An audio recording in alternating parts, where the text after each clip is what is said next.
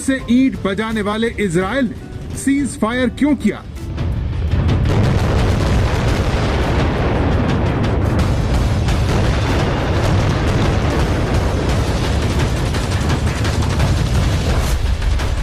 Hamas को उखाड़ने की सौगंध खाने वाला इजराइल क्यों रुक गया?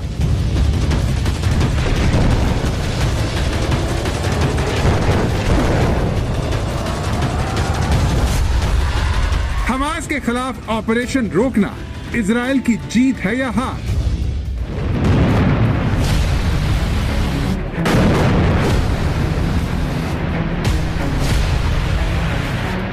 जब भी इजराइल और हमास के बीच जंग होती है तो इजराइल भारी पड़ता है। इजराइल गाजा को मसल कर रख देता है।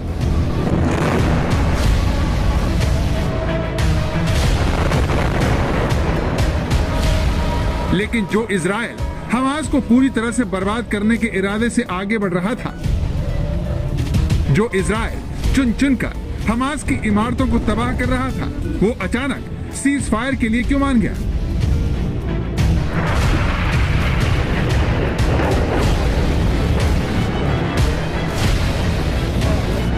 दिन पहले 10 मई को इजराइल और हमास के बीच जंग शुरू हुई। हमास ने इजराइल पर 4340 रॉकेट दागे, जिसके जवाब में इजराइल ने 2000 से ज्यादा एयर स्ट्राइक की। हमास के हमलों ने इजराइल में 2 बच्चे, 1 सैनिक और 3 विदेशी समेत 13 लोगों की जान ले ली। तो इजरायली एयर स्ट्राइक में 230 फिलिस्तीनी मारे गए, जिसमें 65 बच्चे, 39 महिलाएं शामिल हैं। यही नहीं, गाजा में 1710 लोग घायल हो गए और 58,000 लोग बेघर हो गए। इस दौरान इजराइल की वायुसेना ने हमास और इस्लामिक जिहाद के 130 आतंकवादियों को मारने का दावा भी किया। लेकिन संघर्ष विराम से पहले जिन गाजा की सड़कों पर मातम छाया हुआ था, वहां पर लोग नाचने लगे, हमास की जीत का जश्न मनाने लगे।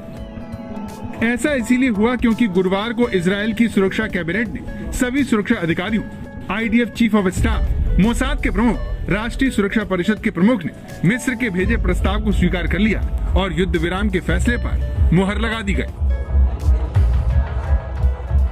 अमेरिकी राष्ट्रपति जो बाइडेन ने भी इस युद्ध विराम का स्वागत किया।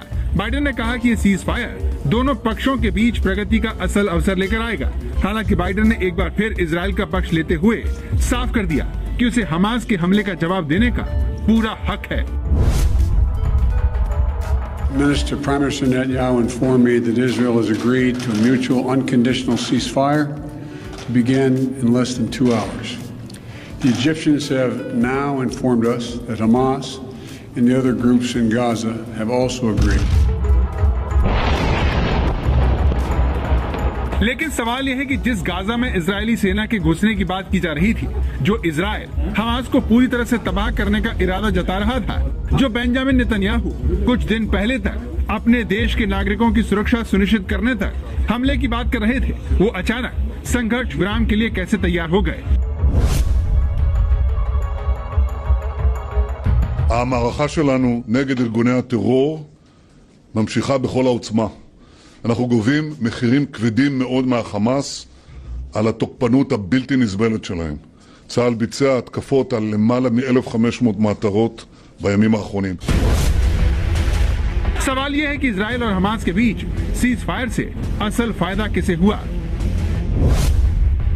11 दिन की लड़ाई से हमास मजबूत हुआ या फिर बेंजामिन नेतन्याहू का कद बढ़ा?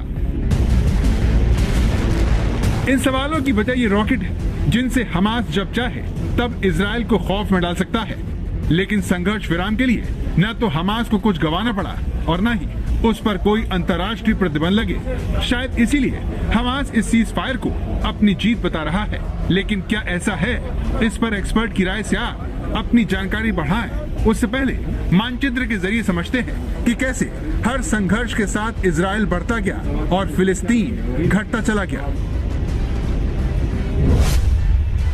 भारत के पश्चिम में और एशिया के बिल्कुल किनारे पर ये इजराइल और फिलिस्तीन है, जो 1948 में ऐसा दिखता था, जिसके 100% हिस्से पर फिलिस्तीन का कब्जा था।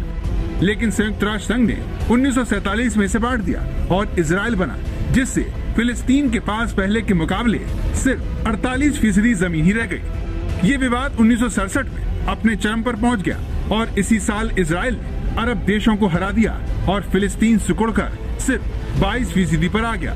इस दौरान इजराइल बढ़ता रहा और 2011 में फिलिस्तीन सिमटकर सिर्फ 12% हिस्से में ही आ गया।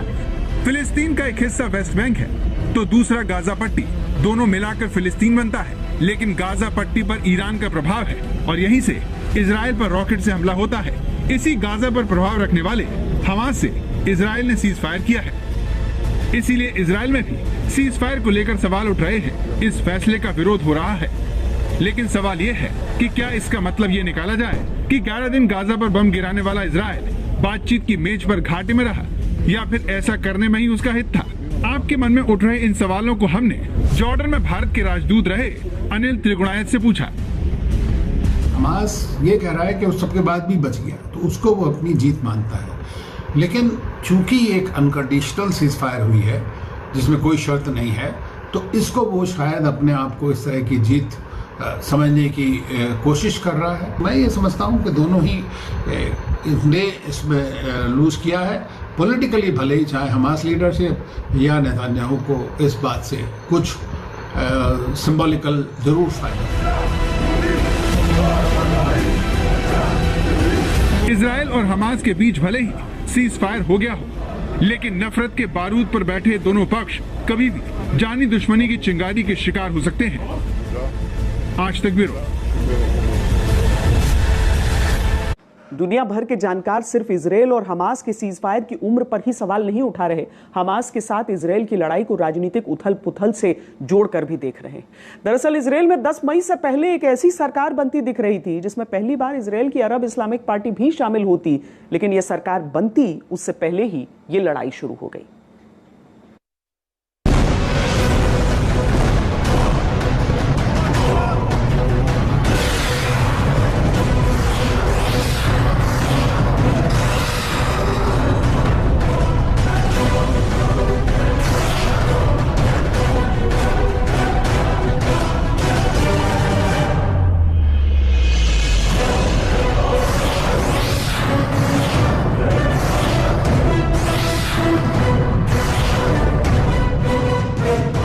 नेतन्याहू के नेतृत्व में इजराइल ने हमास के ठिकानों को तबाह किया। ये बेंजामिन नेतन्याहू ही है जिन्होंने अपनी वायुसेना को हमास के कमांडरों को बड़े पैमाने पर मारने की खुली छूट दी।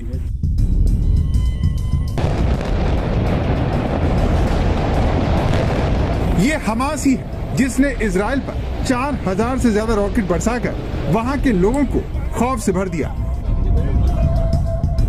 इजराइल के प्रधानमंत्री बेंजामिन नेतन्याहू और हमास नेता इस्माइल हनीह, ये वो लीडर हैं जो एक दूसरे के देश के खिलाफ सबसे कड़ा रुख अपनाने के लिए जाने जाते हैं।